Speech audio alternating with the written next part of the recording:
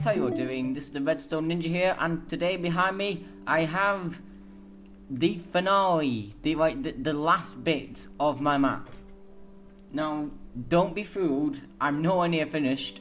I just thought I'd do this bit first because this is going to be a lot of fun to do the command blocks. So as you can see already, I've done quite a bit of command blocking, and I've still got quite a bit more to go. But I'm not going to be showing you all this because it would be a bit like mega ultra spoilers to show you all of this. I'm just going to show you the first little snippet of it. This is like an underground dungeon thing. I'm not going to show you how to get to it because that would be kind of cheaty also, and then you might be able to get to there. No, this is right at the end of the map. You get here towards the end. But here is a little snippet of what you can expect from it. So I'm just going to turn up my Minecraft sounds, and hopefully you should be able to get some of the cool effects that's in this.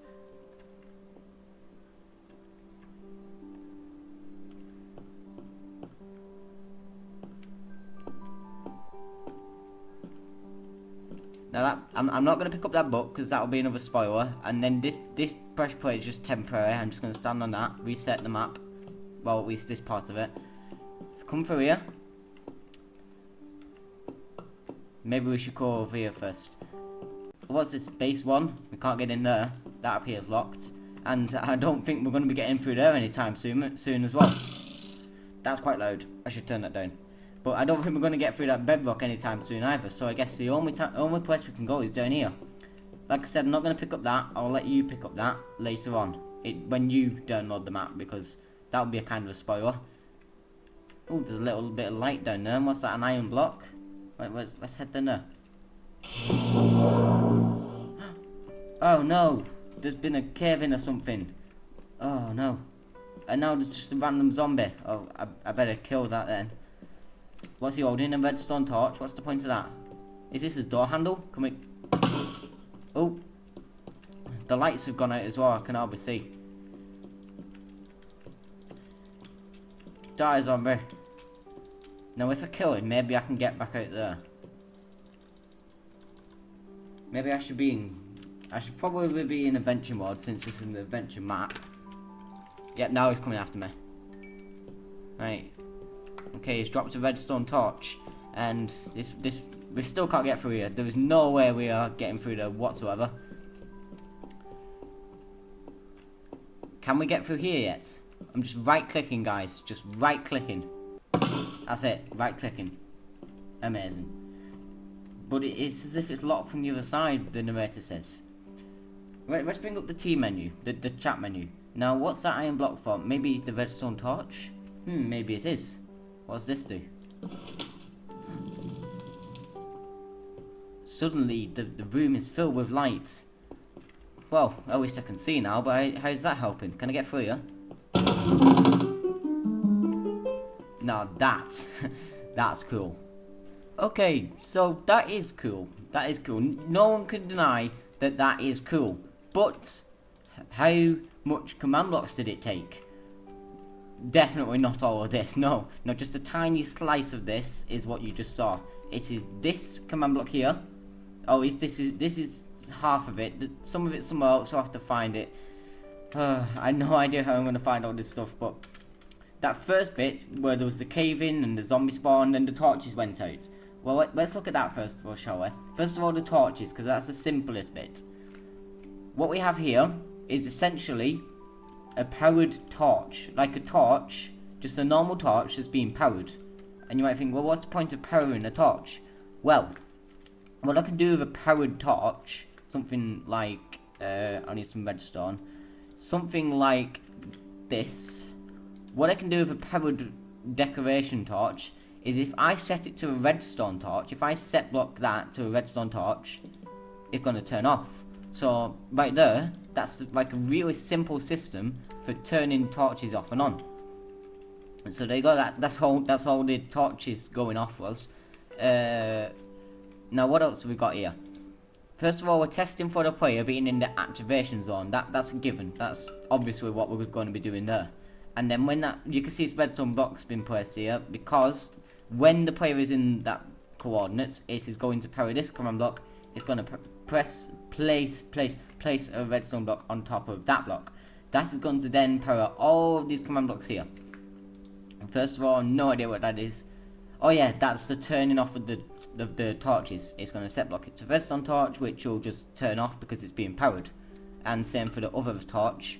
It's going to playsound. Playsound is one of my favourite commands because it just adds so much to the game. You can speed it up and slow it down to make your own custom sounds. It's really cool. Then you can add them together, like combine them. Anyway, I'll show you a bit more of that later. Oh wait, no. Here you go. Here's an example right here. Ambient.cave.cave. That's the cave sound, you know, the scary cave noises. I've just sped it up 2 times, so like 2 times speed, 200% speed, and it sounds pretty good, I think. I might change it later on.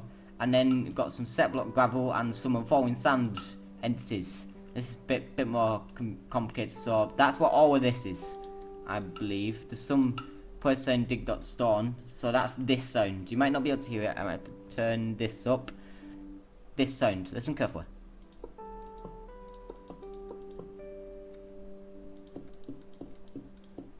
If you didn't hear that, then I don't really care. But it's the sound that Minecraft makes when you break and place stone-like blocks, like the stone button. Iron blocks also count as dig.stone. But I'm just playing that because it sounds like a cave-in or something. I don't know what's going through my head. But the important thing is this summon falling sand command.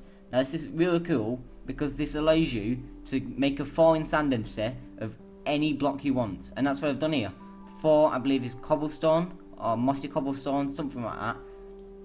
And I basically just put a lot of them together. There's another 4. A load of them together, put a bit of delay in between each one, and then I have a cave in. It's that simple. That should have actually played that sound, and I don't know why I even put that there. Why would I put that sound there? Maybe the zombie spawning makes that sound. I don't know. But we have a zombie here who has drop chances of dropping everything he owns. And then I've given him equipment. The only thing that he'll ever hold is a redstone torch, ID 76, and this first slot here. These are all empty slots, and this first slot is his hand. So he's going to have a redstone torch in his hand. And because all of the slots have a 100% chance of dropping whatever is in that slot, that means he's basically just always going to drop that redstone torch. So that's that bit. Now, what was the other bit? Ah yes, you might have seen me build half of this in my latest video, which reminds me, I'm not coming back to YouTube.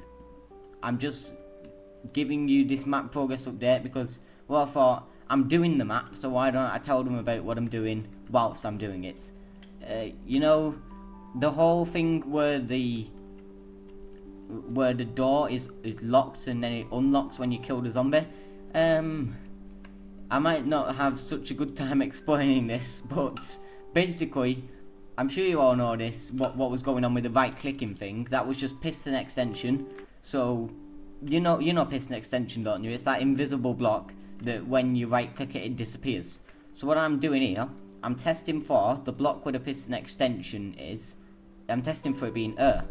And when it is air, it's going to do a bunch of things. It's going to run this massive /test for command. It's going to test for the score of dungeon door 1 being 1 and maximum of 1, minimum of 1 and maximum of 1. So that means that the score has to be exactly 1. And if the score is 1, which I believe it is by default, then it's going to put the piston extension back where it was, so you can right click it again. This comparator should turn off when that command is activated, and it will also turn off when I reset the map. Just one sec. Scoreboard players set at P reset underscore dungeon 1 at right. There we go. See that comparator turns off because during the reset process I have placed the piston extension back, so that the player can go ahead and right click again, and which will activate the circuit. It's going to test for the score being 1, which also happens during the reset process. During the reset process I set the score of dungeon door back to 1, which is very important. So if the score is 1, that means basically that the door is locked. If the door is locked, it's going to set the piston extension back where it was. It's going to place in that command, wood.click, you know, the button clicking sound. It's going to say that. Another thing that's important to note is this command block has been named in an anvil. It's called narrator. So instead of saying at, it's going to say narrator. What's this bit? That's technical, and to be honest, I don't know if I could even possibly explain why I'm set blocking a command block. Technical stuff right there, but basically it's important. That's all I need to know. It's not really important to understanding how the system works, so we'll just leave it. Just technical stuff. Another wood click sound, random.break. Now what I've done here, I've given it a volume of 0.7 and a speed of 0.1. Now this is the sound when your tools break. I've just slowed it down 10 times. That way it sounds completely different, and you've got a completely different sound. Another technical one, and I believe another technical one. Yep, another technical one. So that's all I'm doing really. It's just a bunch of playsound commands based on this score here. This is the score that determines whether the door is locked. If the door is locked, then this score equals 1. And if the door is unlocked, which happens when, let's come over here. Nope. This one here. This detects when you kill a zombie. And when you do kill a zombie, it's going to say that. It's also going to, where's the other one? Oh wait, no, sorry, that's the wrong side. The door becomes unlocked when and only when you place the redstone torch on that block over there. There we go, see? It's setting the score to 2. That when the score is 2, that means it's unlocked. If it's unlocked, it's going to mean that this comparator won't turn on, because my score of dungeon door 1 is no longer 1, it is now 2.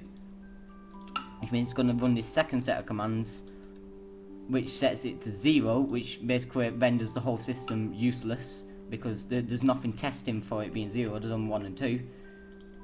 It's going to play sound random door underscore open, but I've sped it up a bit. That's technical. It's going to play sound a bunch of other commands, I believe, up here. No, this is just a bunch of setblock commands that deletes the door, basically. And then I believe there's one more playsound command somewhere. No. Should be here somewhere, but basically there's a chest open playsound as well. Where is it? Is it over here? I think this is it. Yeah, there we go. I've slowed it down a bit and it sounds like a door opening. I can just play it right here, I suppose. No, I can't. I need to get this comparator and place it again. Wow, that's a bit loud. Wasn't expecting it to be that loud. And then the final part of this system is there was a set block command somewhere in that system that set blocks a redstone block in this place here, which is just the Zelda secret theme tune, which I can play for you right now very easily.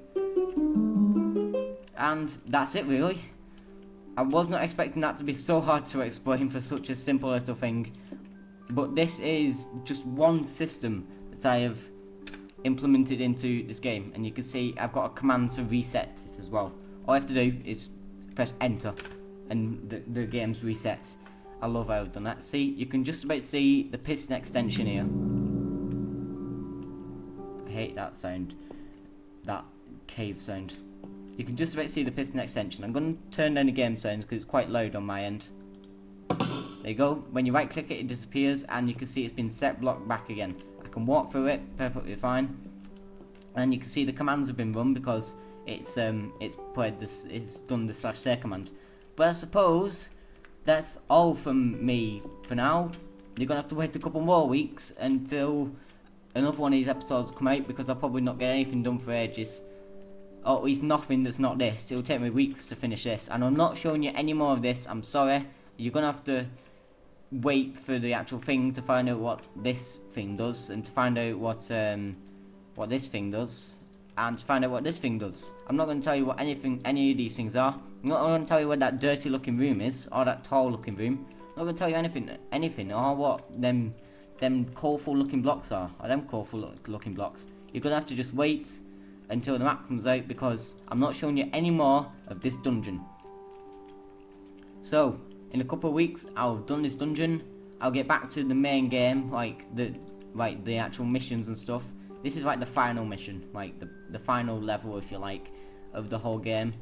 So in a couple of weeks I'll finish this. I'll get back to the actual school part, which is like 1,000 blocks in that direction, and I'll show you what I've done over there. So until then, unfortunately it is time to end the episode now. I'm showing you pretty much everything I'm going to show you. Don't ask me to show you anymore, because that would just be like spoilers. Until then, this has been the Redstone Ninja, and my work has only just begun here.